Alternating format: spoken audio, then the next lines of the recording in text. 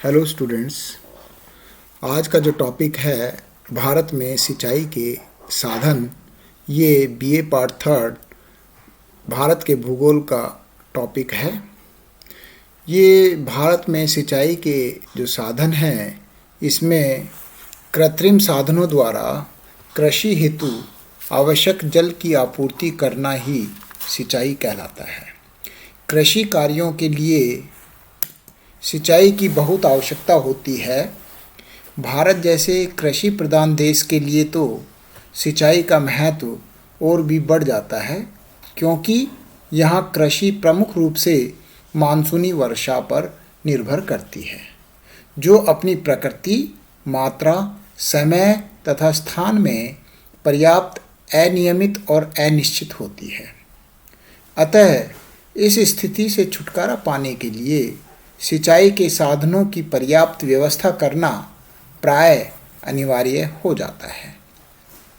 हमारे देश में धरातलीय, भूगर्भिक, जलवायुवीय परिस्थितियों की भिन्नता के कारण सिंचाई के विभिन्न साधनों का उपयोग किया जाता है। धरातलीय जल का उपयोग करने वाले साधनों में नहरें, तालाब प्रमुख हैं। नहर व तालाब प्रमुख हैं और भूमिगत जल का उपयोग करने के साधनों में कुएं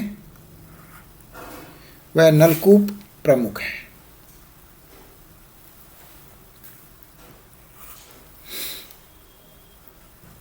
भारत में विशेषकर नहरों और कुओं से उत्तरी भारत में विशेषकर नहरों और कुओं से तथा दक्षिणी भारत में तालाबों द्वारा सिंचाई की जाती है। कुल कृषि भूमि के केवल 23% भाग पर सिंचाई की सुविधाएं उपलब्ध हैं। शेष 77% भाग पर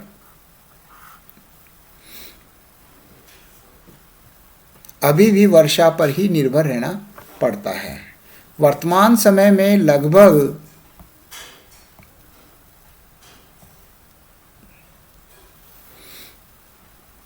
45% नहरों द्वारा,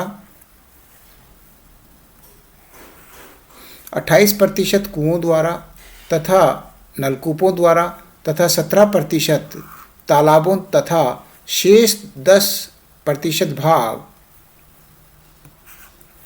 अन्य साधनों के द्वारा सिंचित होता है।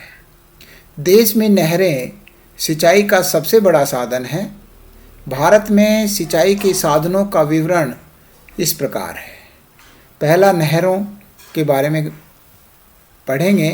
भारत में सिंचाई के साधनों में नहरें सबसे अधिक महत्वपूर्ण हैं। कुल सिंचित भूमि का 45% नहरों के द्वारा सिंचित होता है। अधिकांशतः नहरें उत्तरी भारत के मैदानों तथा तटवर्ती नदियों के डेल्टाओं में पाई जाती है। यानी कि नहरों के द्वारा उत्तरी भारत के मैदानी भाग तथा तटवर्ती क्षेत्रों के डेल्टा वाले क्षेत्रों में। नहरें बनाने के लिए मुख्यतः 2 बातों की आवश्यकता होती है। एक तो समतल भूमि होना चाहिए और दूसरा, नदियों में जल का निरंतर प्रवाह होना चाहिए।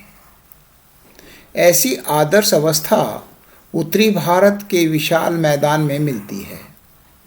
उत्तरी भारत की प्राय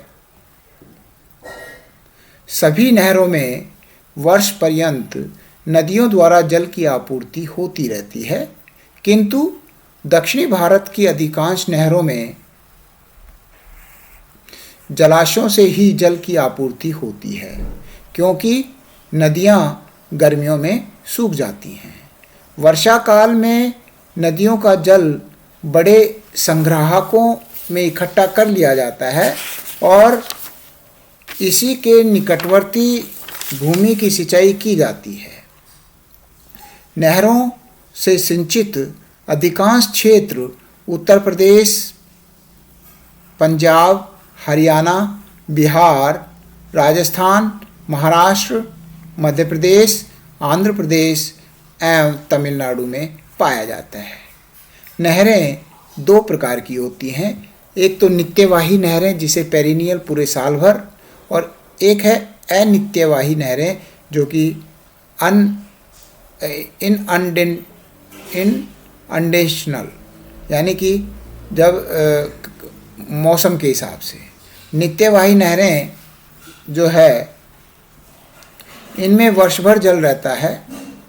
नदियों के जल को बांध द्वारा नियंत्रित किया जाता है और आवश्यकता पड़ने पर नहरों में जल छोड़ दिया जाता है।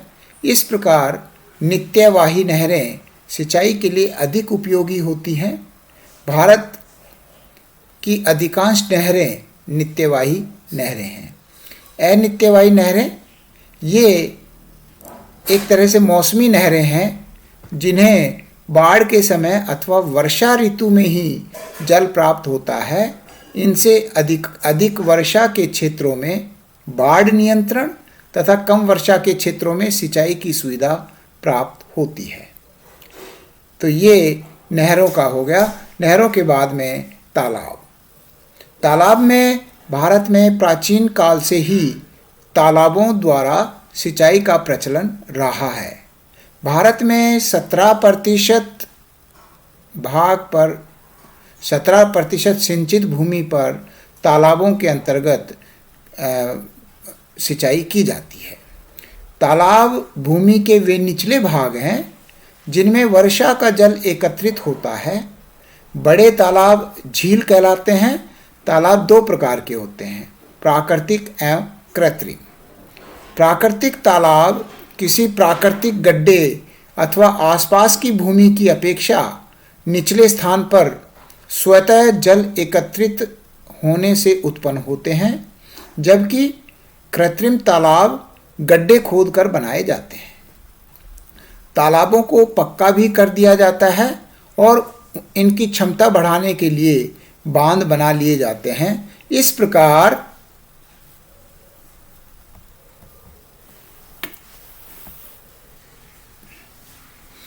बनाए गए तालाबों को कृत्रिम तालाब कहा जाता है। दक्षिणी भारत में जो सिंचाई है वो तालाबों के द्वारा की जाती है। यहाँ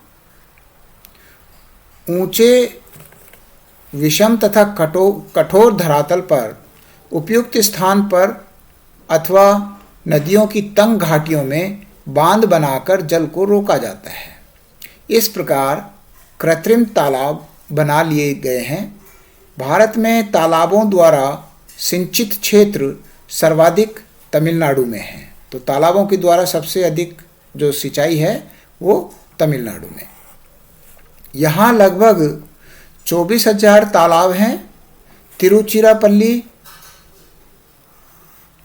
जिले में सर्वाधिक तालाब है।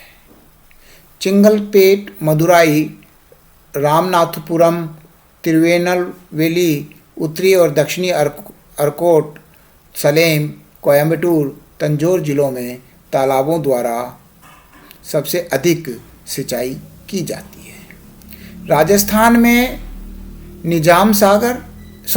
आंध्र प्रदेश में निजाम सागर, कर्नाटक में कृष्णराज सागर व राजस्थान में जयसमंद, राजसमंद, बालसमंद आदि तालाब व झीलों के द्वारा पेयजल के लिए पानी उपलब्ध किया जाता है तथा सिंचाई भी की जाती है। अन्य प्रदेशों के अंतर्गत दक्षिणी बिहार, दक्षिणी मध्य प्रदेश, महाराष्ट्र, कर्नाटक एवं दक्षिण पूर्वी राजस्थान में भी तालाबों द्वारा सिंचाई की जाती है। इसके बाद में जो है कुएं। सिंचाई में कुओं का प्रचलन काफ़ी प्राचीन काल से रहा है।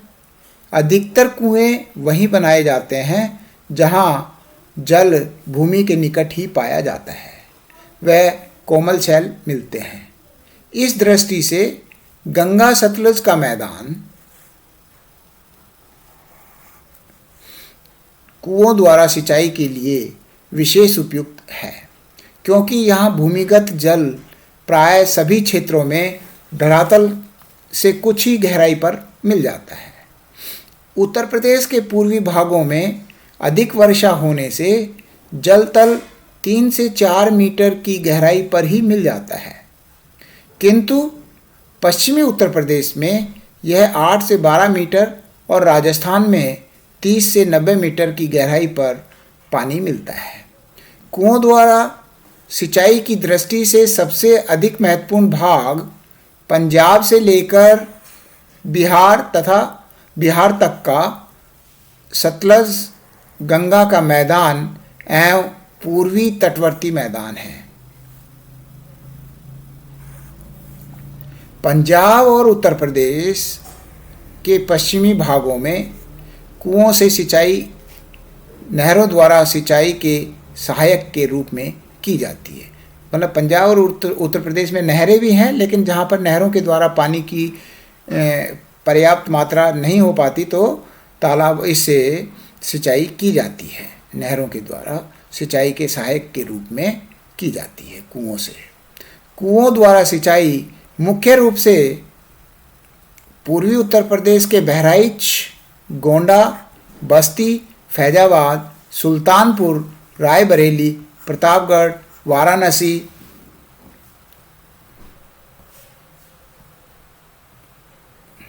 आजमगढ़, बलिया, गाजीपुर, गोरखपुर और देवरिया जिलों में कुओं से सिंचाई की जाती है। बिहार के पटना तथा गया, सारण, मुंगेर, मुजफ्फरपुर व भागलपुर जिलों में कुओं के द्वारा सिंचाई की जाती है। पश्चिमी बंगाल में पूर्णिया, बाकुंडा, बर्धमान, वीरभूमि तथा मुर्शिदाबाद जिलों में कुओं द्वारा सिंचाई की जाती है। राजस्थान के प्राय उत्तर पूर्वी और मध्य भागों में कुओं के द्वारा सिंचाई की जाती है। कुओं द्वारा सिंचाई का सबसे अधिक क्षेत्र राजस्थान के अंतर्गत है। इसके बाद गुजरात, महाराष्ट्र, उत्तर प्रदेश, मध्य प्रदेश, पंजाब और तमिलनाडु का स्थान आता है। इसके बाद में चौथा है नलकूप यानी कि ट्यूबवेल्स। भारत में सबसे पहले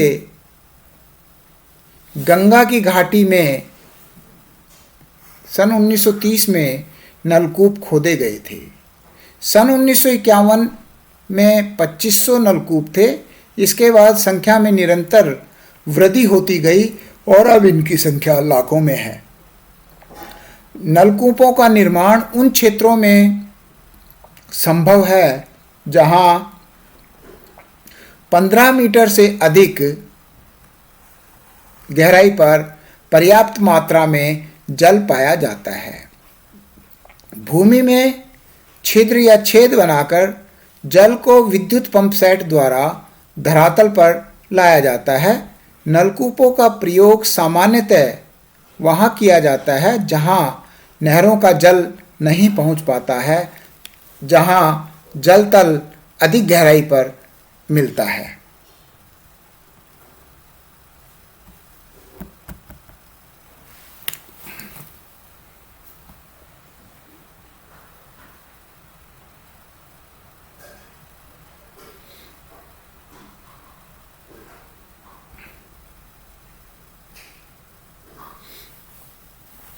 तथा वहां पर कुएं खोदना तुलनात्मक रूप से कठिन कार्य होता है तथा जहां अधिक जल की आवश्यकता होती है। नलकूपों का प्रयोग सिंचाई के द्वारा अतिरिक्त भूमि को खेती योग्य बनाने में भी किया जाता है। नलकूपों के वितरण एवं इनके द्वारा सिंचित क्षेत्र की दृष्टि से पश्चिमी उत्तर प्रदेश, पंजाब, हरियाणा, गुजरात महत्वपूर्ण स्थान रखते हैं। देश में नलकूपों द्वारा सिंचित क्षेत्र का लगभग 3/4 भाग इन्हीं राज्यों के अंतर्गत आता है। नलकूपों की संख्या एवं सिंचित क्षेत्र की दृष्टि से उत्तर प्रदेश देश में अग्रणी है। यहाँ नलकूपों द्वारा सिंचाई के दो मुख्य क्षेत्र हैं। गंगा नदी के पश्चिम की ओर स्थित मैनपुरी, एटा, इटावा, फर्रुखाबाद, बुलंदशहर, मुजफ्फरनगर आदि क्षेत्र तथा गंगा नदी के पूर्व की ओर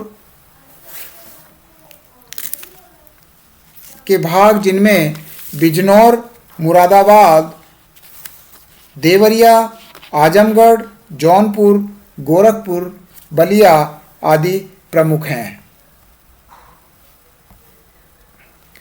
अब इसमें सिंचाई के साथ इसमें जो है गुजरात में अहमदाबाद के निकट व हरियाणा के हिसार, गुड़गांव और महेंद्रगढ़ जिलों में, पंजाब के लुधियाना और पटियाला जिलों में तथा पश्चिमी राजस्थान में जैसलमेर, जोधपुर, पाली जिलों में, पूर्व एवं दक्षिण पूर्व में भरतपुर, धौलपुर व सवाई माधोपुर जिलों में कृषि एवं घरेलू जल आपूर्ति हेतु पर्याप्त संख्या में नलकूप खोदे गए हैं। तो इस प्रकार से सिंचाई के जो भारत में सिंचाई के साधन हैं उसके ऊपर हमने चर्चा की है।